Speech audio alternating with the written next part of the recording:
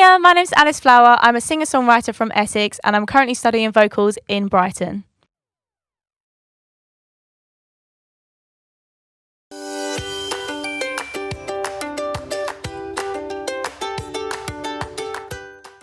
Hello everybody, welcome back to my channel.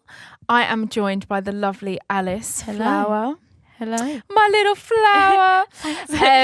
So me and Alice have known each other for many years. I think could be 10 now. Yeah. I watched her blossom. Wow. And now you're currently studying in Brighton. Hopefully gonna have an epic career in singing. I hope so. I don't doubt it. So awesome. But today we want to talk about what happened a few years ago. How long ago was this? It was probably 3 years ago, 4 years ago. Alice got nodules. It was not a great time. It was not a great time. No, it was not a great time. But we're just going to talk about how you found out, what the treatment was like, what being scoped was like, what recovery is like, what your voice is like now, etc., and how we think it happened. How did this happen? Well, I feel like before I'd heard loads of stigma around it, and I thought you hear things about big artists and they got nodules and you just think, oh god, that's so bad, as if, and you think it's technique or something like that, when it's not always like that. So I was just having voice problems, I was loss of voice, things like that, just hoarse all the time and just really bit of cracking, wasn't there? Yeah, areas of breathiness. Yeah, really. 100%. Yeah, it was just really airy the whole time. And yeah, so it was just getting a real problem, even with speaking. So I went to the doctors, and it took a few goes because I had to know what I was asking for in the end. Because that's the thing, you can go, and because the doctors aren't vocal specialists, 100%.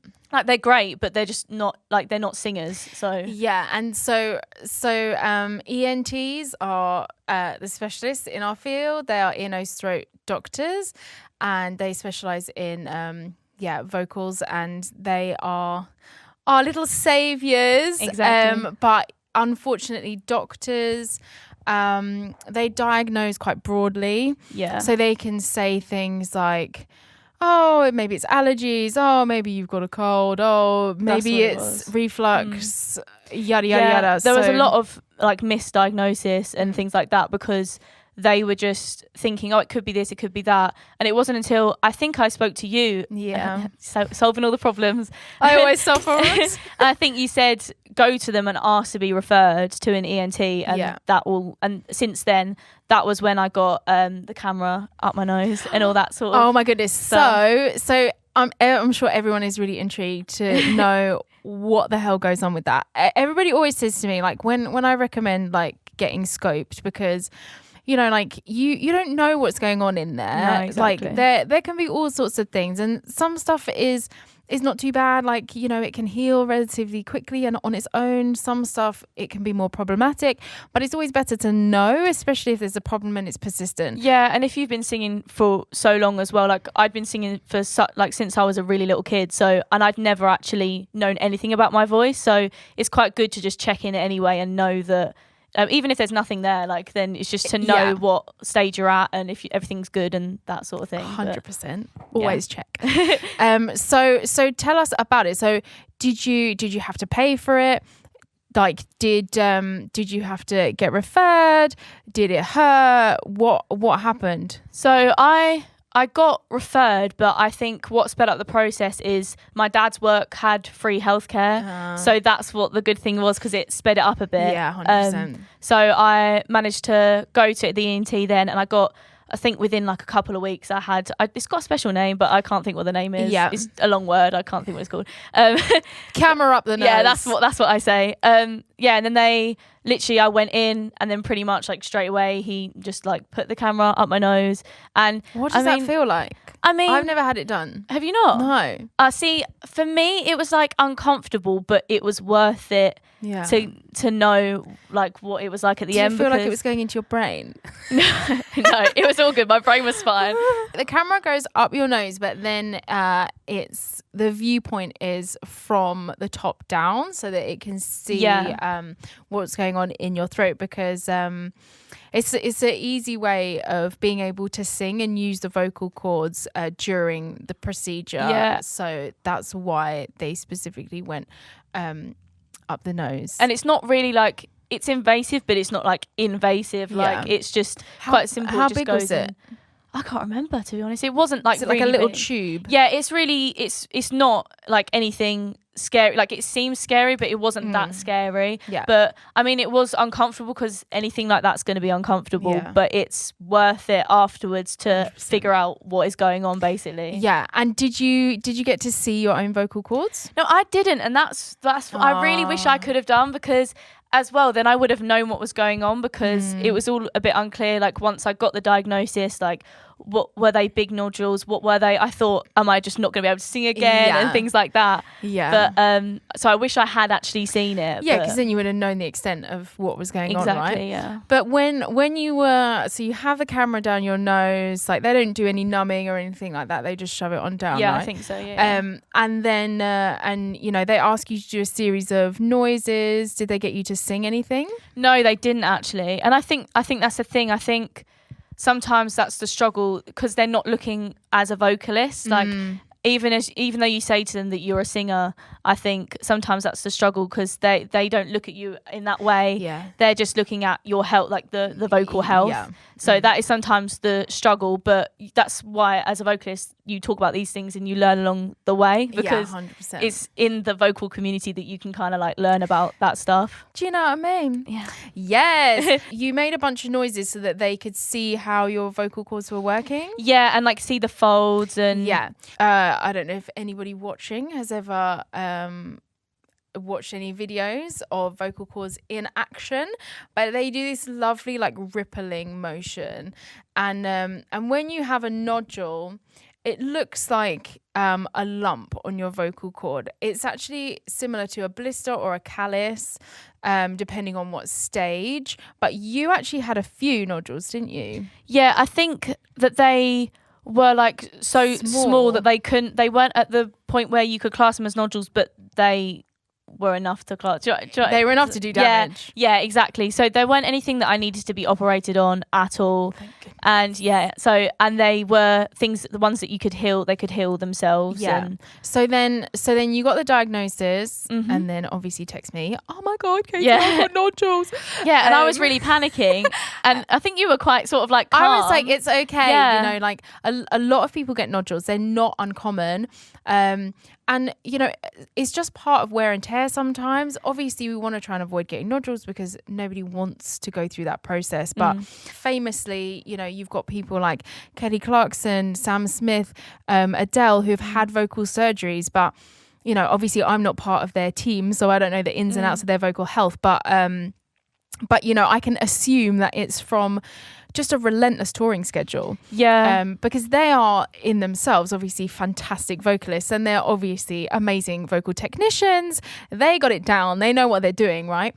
But, you know, there's only so many times that you can go through singing for 2 hours a night and you know, you're going to get fatigued. There's going to be some issues somewhere along the line. That's the thing. I think it's massively like, and it differs from person to person. So some people can sing for ages and they can not really get that tired, but there's some voices that are more like vulnerable, and like it's looking at your lifestyle as well and seeing how that can affect your vocal cords, like outside of your singing. Because for me, it wasn't necessarily a technique thing. Like at first I was really panicked. Like when I text Katy, I was like, does this mean that I've been singing for this many years? Can I never sing again? Yeah. Am I doing it wrong? I thought I'd just been like, maybe I had just had bad technique or something, but it genuinely, it wasn't that. And I think that's the thing that people need to know, because Alice's technique actually has always been really natural. Thanks. I what know. Can I say? What can you say? It's a good teacher. That's what it is.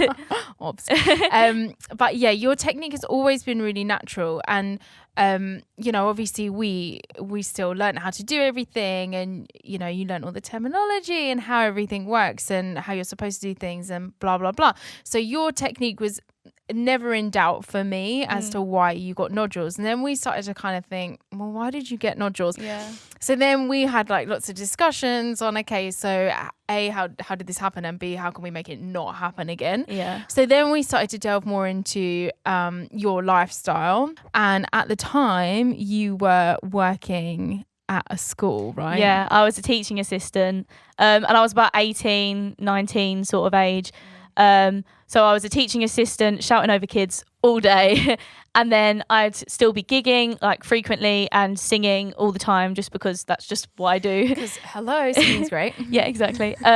Yeah, so I did all that. So my voice was under so much impact like all the time. Like I was singing and then it wouldn't rest. I would go in the next day and just be shouting over these kids and making myself sound really horrible. I'm like shouting over the kids. Yeah, but they're annoying. Kids, you're annoying. Stop being annoying. But yeah, so it was taking a massive toll on my voice. And then I would then, because I was 18, 19, be going out at the weekends and drinking. And because I'd been singing for so long, like I'd been singing since I was like 7 or 8, that's when I started lessons. And I hadn't ever had to think about that, because when you're that age, you don't really think about that, do you? Like, but because I was getting to a point where I wanted to take singing seriously and pursue it as a career, that's when I was like, oh, hold on a minute. There's actually so much more that I need to take into account. Being a teaching assistant was not for you. Yeah, not for a singer, no. It's not for Alice, because the repetitive yelling all day and then the singing in the evenings and then the partying. Yeah. It's just a recipe for disaster. Your technique can be amazing, but I mean, it can't withstand that. It was just tired. And it's things like when you're talking to children, sometimes you're like talking in silly voices and things like that, which just like, if you're doing that all the time, it's just not great. And then on top of that, you're going out at the weekend and drinking and things like that. And it was just a social life. Yeah, I know. What's one of those? But it was just learning how to balance it, because I didn't know then that if I had a gig in a few days, that I would think, oh, it's fine, like my gig's in a few days. But now I would know maybe I just won't drink that night or something like that. But at the time, there was no telling me. There was no telling me. Once we had like discussed all of that, and we were pretty sure that was how it all happened. Definitely. You were then put into voice therapy. Yeah, see, that's the thing. I had to explore a few things, because they sent me to a like speech therapist. So that's one thing that, like, it was quite difficult, because it was another thing of, you're a vocalist, so it was quite difficult because it wasn't a speech problem. And I think that really the problem was the lifestyle and things like that. And I was quite stressed at the time. It was quite a stressful time in my life, and being a teacher is sometimes quite stressful as well. So I think all of that had to do with it. And I actually went to a couple of different speech therapists and vocal therapists to find the one that kind of understood. Yeah, which we just need to discuss that, because it's so important that in any part of your vocal development, whether it's coaching, whether it's an ENT, whether it's a speech therapist, anything, you need to know who you're working with, and you need to know that they are the best fit for you. Yeah, exactly. 100%, because every vocal coach is different. Every speech therapist, I mean, you just got to find the right fit. Somebody that says, I've worked with loads of singers, you know, as opposed to somebody that works with a lot of people who have got speech impediments. Yeah, that was the problem. Or, you know, an ENT that specializes in nodules. You know, you want to kind of be with the right person. So it was, we spoke about it, didn't we? Because the first, I need to put my teeth in. The first speech therapist that you had just wasn't really working. No, not at all. And I think she was very much a speech therapist. She was focusing a lot on like how I speak and things like that, which are probably they're very important to consider, and I still consider it, but there wasn't any thought about like lifestyle and tension and stuff. And it wasn't until I went to the second one that she started to say, hold on a minute, you're actually probably really stressed at the moment. Yeah, you've got all this going on. And it was just a weird time in my life as well. So she was like, actually, you probably need to like get rid of some tension, and told me about that sort of stuff, because I didn't really think about the role of like tension and things like that when you sing, because sometimes like I've been singing for so long that you just don't actually put two and two together and think, oh, that's why I'm doing that sort of thing. And there's a funny thing about tension in that I can say to somebody, do you feel tense? And then we're like, no. And that doesn't mean you're not tense. Exactly, because that's the thing. You can be so tense but be so used to being tense that you no longer feel tense. Well, that was the problem, right? Yeah. And the same with stress. We can say, I don't feel stressed, but you're stressed as like just your everyday baseline emotion. Yeah. And then because you're so used to it, you don't even know that you're stressed anymore. No, exactly. So then you have stress going on that you aren't even aware of, tension going on that you're not even aware of, because it's just become normal. And then you find yourself in this position where you're really stressed, really tense, and then it ends up in a bit of a pickle. With the speech therapy, she got you to do some cool stuff. You did like the straw technique. Yeah, see, that's really helpful. Like straw technique is cool because you can use that even when you don't have when you don't have an issue, you can just use it. It's a really good warm up. So for people who don't know what straw technique is, you literally have a straw and you can sing things like oohs and whatnot into this straw, and it just helps create a really good vocal tract shape. And it's a really great way of warming up, but also strengthening muscles. That's what I needed the most at the time, because my breathing had kind of gone a bit because I'd been out of practice for so long because I just couldn't really sing. Take time off. Singing, that's right? The thing. Yeah, it was the worst time. I mean, a big lesson to learn from it is just a whole load of self-awareness. Exactly. A whole massive load of self-awareness. So it's stuff like, you know, when you're laying in bed, you say to yourself, am I still clenching my jaw? Okay. Oh my God. Yeah, I am. Yeah. Let's relax that. And then you say, oh, are my eyebrows kind of like screwed together? Oh yeah, look at that. Okay. Let's relax those. And then you say like, oh, you know, does my tongue feel really tight, or does my voice feel sore, or am I tired? Am I mentally tired, and am I physically tired, and all these kind of things. And if you just do like a little check and you kind of go, oh, okay, yeah, I'm actually pretty stressed at the moment, then you can just allow yourself time to chill out. Yeah, exactly. Because I think that is really needed for everyone. Yeah. In all we are stressed out. Yeah, no, exactly. Yeah. So then we, you know, all the speech therapy happened, and you started to see some good results, and then things started to come back slowly, didn't they? And we had a bunch of lessons. We were really working on your breathing, your support. We were doing some really simple, basic singing. Yeah, that's the thing, because like, to go back to basics, sometimes it can be a bit scary, because what you've worked for that whole time, if you've been doing it a long time, you're like, oh, but I shouldn't need to do that. Like, but that's another thing that I learned, that sometimes even now when my voice is back to normal, I still sometimes I'm like, oh, maybe I need to just go back and do this. I just need to lay on the floor and do some breathing. Yeah, exactly. That's literally what I do. Yeah. That's what I got to do. My housemates must think I'm really weird, like walking in on me just laying on the floor like, yeah. It's fine. They'll get used to it. And I think that really worked. And we were singing like some really simple songs, weren't we? Because I think what actually happened was you got a bit scared to sing. Yeah. Not as in not nervous, but you were a bit like, I'm scared to be belty again. Yeah, and I wanted that back so much that I was like, I don't want to, because it was things that I could have done before, and I think I was scared of not being able to do what I could do before, and I didn't want to venture into that and think, oh, but I'm just never going to get that back. And but eventually, step by step, like at your own pace, you start to get back on your feet, and like, and it's important to have get your people confidence that you back. Yeah, exactly, and have people that you can work with, and like, because that's why it's important to have someone that you know really well. And as I've had Katy as a vocal teacher for so long that I just felt that I could make so many noises or whatever. Oh and yeah, she all just the wouldn't noises. care. So it was completely fine, because after a while you're like, it doesn't matter. Like at the end of the day, it just doesn't matter. No, it really doesn't. And the thing is about that point is that, you know, this is why picking the right vocal coach for you is really important as well, because you need to feel 100% comfortable. Yeah. Because I got to see you at your worst. Exactly. Yeah. I got to. Otherwise, I can't make you better. You've got to show me the ugly side so I can turn it pretty. No, exactly. But that's a difficult process for anyone to go through.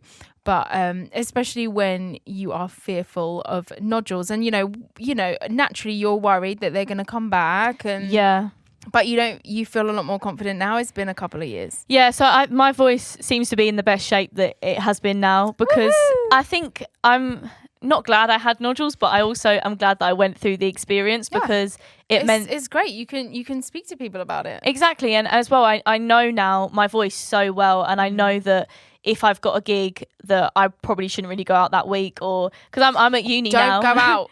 Exactly. I'm at uni now, which is the time when everyone would be going out. But if I'm thinking if this is what I want to do, I've got to sort of like take it seriously. And 100%. And when you think my voice is a bit funny today, you're like, okay, well, I'll steam, I'll do this, like things that you just know now that I wouldn't have thought of before. Yeah, we do love a steam, just for fun.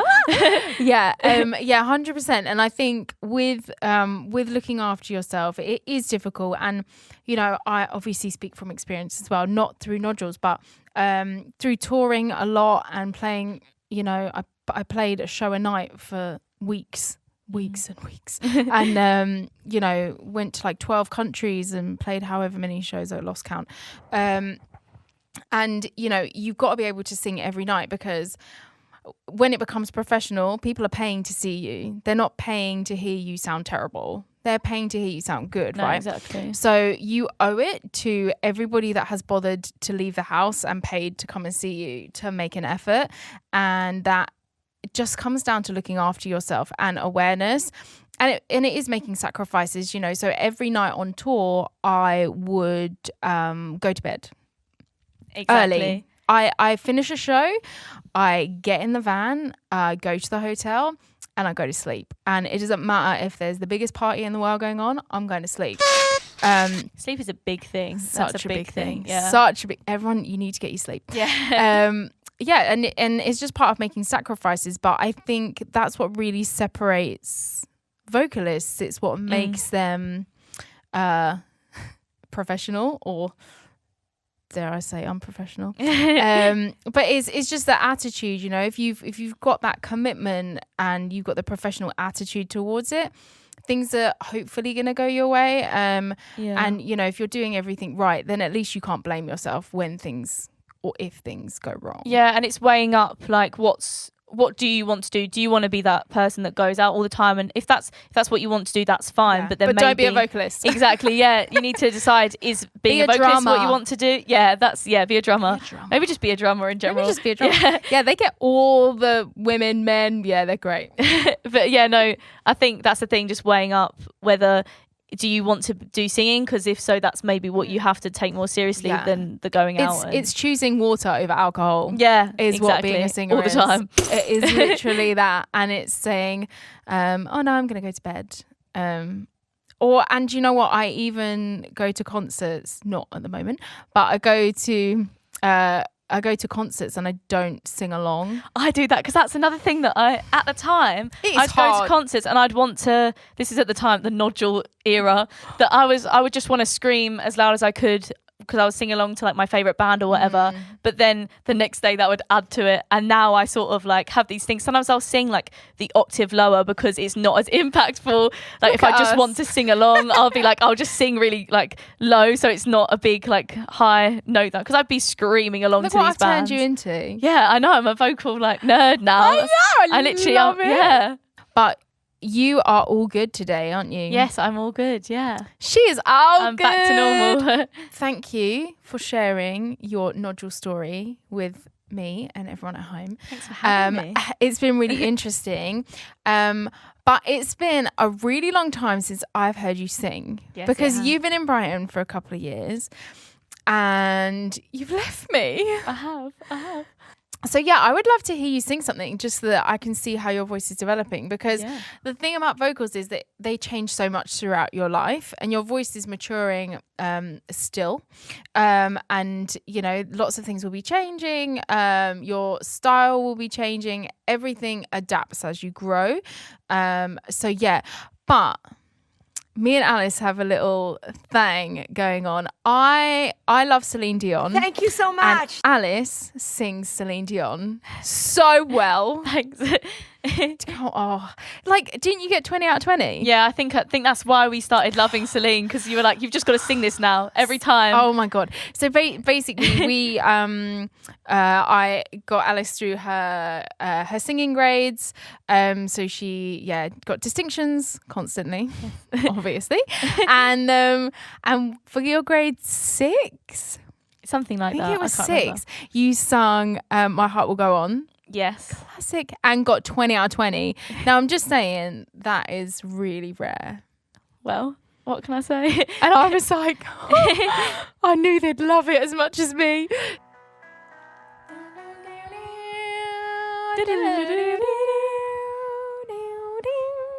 Don't let go. Right, take it away, Miss Flower. Every night in my dreams, I see you, I feel you. That is how I know you. Go on. Far across the distance and spaces between us, you have come to show you. Go on. Near, far, wherever you are, I believe that the heart does go on. Oh. Once more, you open the door, and you're here in my heart, and my heart will go on and on. Yeah, do the bridge. Do the bridge? Yes! Oh, wait, what has it? Oh, is it just a... You're here, and there's nothing I fear, and I know that my heart will go on, and we'll stay forever this way, and you were safe in my heart, and my heart will go on and on.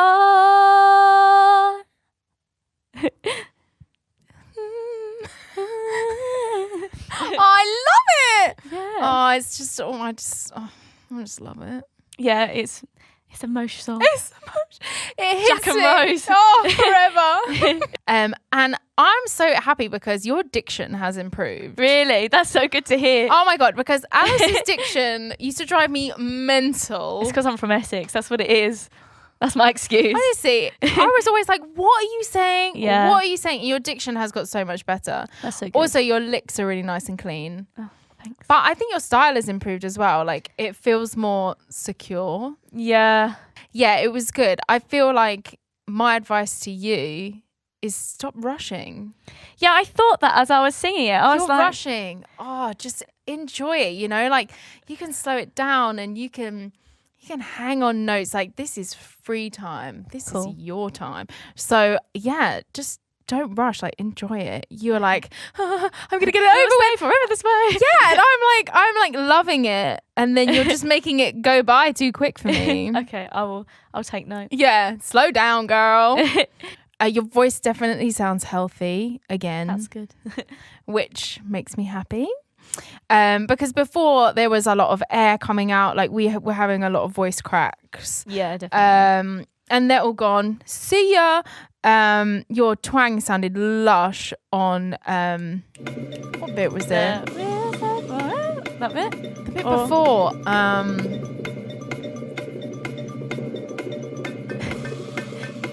We'll fast forward this bit. Maybe not. Oh, I feel you. Oh, okay. And I was like, because it was like every night really breathy, and then you're like, I feel you. You just activate like and that's what I love, you know. I love it when people use techniques, especially the ones that I've taught them. I love it when they use them, but it just flows, you know. You don't want to hear the technique. Yeah. You just want to hear the song, and you want to hear the connection to the song. You want to hear the feeling, but I don't want to be hearing every step that you're going through. Yeah. To make it happen, which is awesome because I feel like your blending is much better now. Cool. Yeah. Woo! Awesome. Well, thank you for joining for having me. me. Hopefully people found it informative, and if they have any questions, they can just leave their questions in the comments, right? Yes. I hope everybody has liked it. If you enjoyed what you have seen, please like, subscribe, all that kind of stuff, and check out Alice because she's awesome. Thank you. Bye. Bye.